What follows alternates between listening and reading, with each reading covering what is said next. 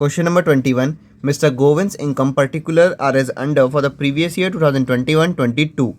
Net amount received from the price of Haryana state lottery. Net word भी दे रखा है, received word भी दे रखा है, और हमने पढ़ा है जब ये वर्ड में से कोई भी एक वर्ड दिया हो, net, receive, tax free, TDS, तब ग्रॉस अप करना होता है. तो लॉटरी के केस में ग्रॉस अप करना है तो इंटू 100/70 करेंगे, तो 1,40,000 इंटू 100/70 करके आउटर कॉलम में लिख देंगे. फिर बी पॉइंट है profit on sale of a plot 16,000. कोई भी प्रॉफिट एक इमूवेबल प्रॉपर्टी से आता है, एक कैपिटल एसेट से आता है, तो फिर वो जाएगा कैपिटल गेन्स में. तो प्लॉट एक इमूवेबल प्रॉपर्टी है और एक कैपिटल एसेट है, तो ये कैपिटल गेन में जाएगा, तो बी पॉइंट यहाँ पे नहीं आएगा. Royalty from mine 69,000 fully taxable. Income from agricultural land in India 15,000. कोई भी इनकम अगर एग्रीकल्चर लैंड से इंडिया के अंदर आ रही है तो फुल्ली एग्जेम्प्ट. तो ये आप ऐसे लिखोगे और अमाउंट की जगह पे एग्जेम्प्ट लिख दोगे. इंडिया के बाहर कोई एग्रीकल्चर लैंड से इनकम आएगा तो फुल्ली टैक्सेबल, लेकिन इंडिया में है तो एग्जेम्प्ट, तो D point exempt. Collection charges of royalty 3,850.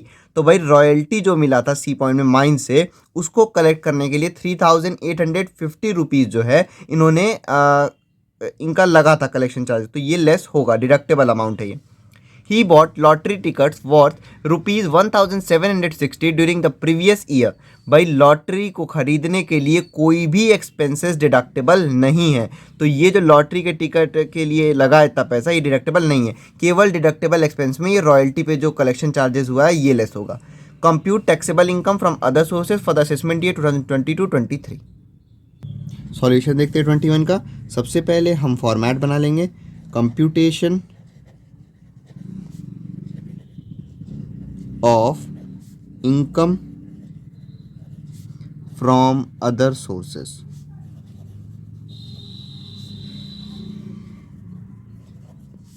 फिर जो भी असेसमेंट ईयर हमारा चल रहा होगा हम वो लिख देंगे, for the assessment year 2022-23. First दे रखा है net amount received from price of Haryana state lottery.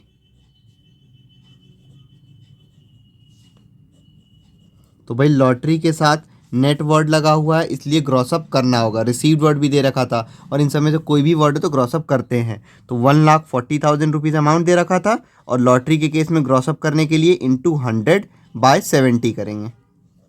तो ये हो जाएगा आपका 7 2 14 20,000. ये आ जाएगा आपका 2 lakh rupees net amount, sorry gross amount. उसके बाद दिया हुआ था profit on sale of plot, तो ये तो कैपिटल गेन्स में जाएगा, यहाँ पे आएगा ही नहीं बी पॉइंट. थर्ड पॉइंट आएगा, लिखा है रॉयल्टी फ्रॉम माइन 69,000 रुपीज़. उसके बाद दे रखा है income from agriculture land in India.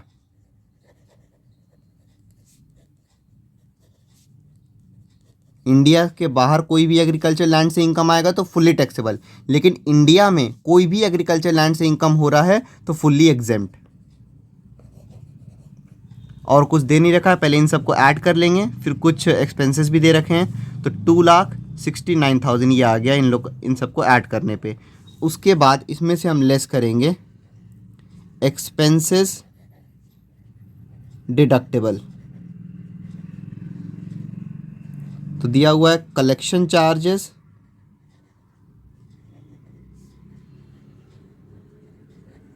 Of royalty. तो रॉयल्टी को कलेक्ट करने के लिए जो चार्जेस आए हैं वो डिडक्टेबल होता है, तो 3,850 रुपीज़. उसके बाद दिया हुआ था कि लॉटरी को ख़रीदने के लिए, तो लॉटरी को ख़रीदने के लिए कोई भी एक्सपेंसेस डिडक्टेबल नहीं है, तो यहाँ बस यही एक एक्सपेंस है, तो 3,850 हम आउटर कॉलम में लिख देंगे और लेस कर लेंगे इसको. ये आ जाएगा आपका 2,65,150. ये आ गया इनकम फ्रॉम अदर सोर्सेस.